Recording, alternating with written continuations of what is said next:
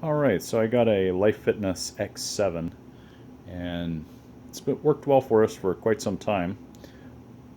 And just recently we started getting an E6 error code up on the display up here. And I looked all over the internet trying to figure out what an E6 is. It's not there, it's not in the manual.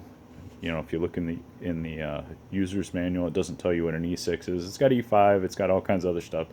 There's no E6. And so I looked around online. I heard that the X7 had some design issues, and it was related to the wiring, but I couldn't quite figure out where, and nobody explained or showed where it was and where to look. So I took apart half of the machine in the process, and I got it down to the wiring harness, and then I started wiggling wires with the multimeter attached, and I actually figured out where it was.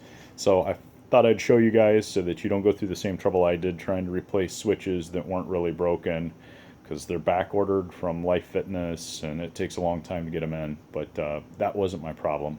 Let me show you what it really was. So there's this harness that actually runs behind the motor and linear actuator back there.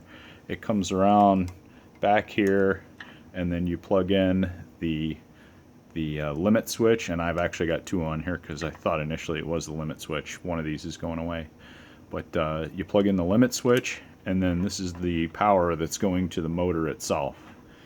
And so I pulled that back around. It runs through this little lower arm down here, and it runs into the frame. And then on the opposite side, underneath a whole bunch of plastic, is this motor controller.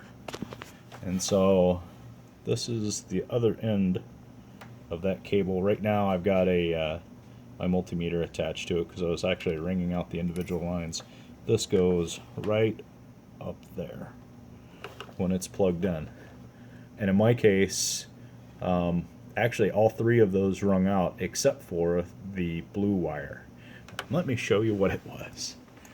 So I had to start peeling away some of this foam or felt back here, but that's what I found. And it's kind of amazing any of these are actually working, because it is clearly worn through. It looks like power cables were worn through. Pretty much everything except for a couple of the limit switch wires, but they're getting very close to going through. So anyway, hopefully this helps. I think you can buy the wiring harness. I don't know if I'm going to buy it or if I'm going to try to solder this back together or replace it or whatever. Probably depends on how much it costs and how long it's going to take. Because I think with a little shrink tubing and some soldering skills, I could probably get this back working again. But anyway, hopefully this saves somebody else the trouble of trying to diagnose an E6.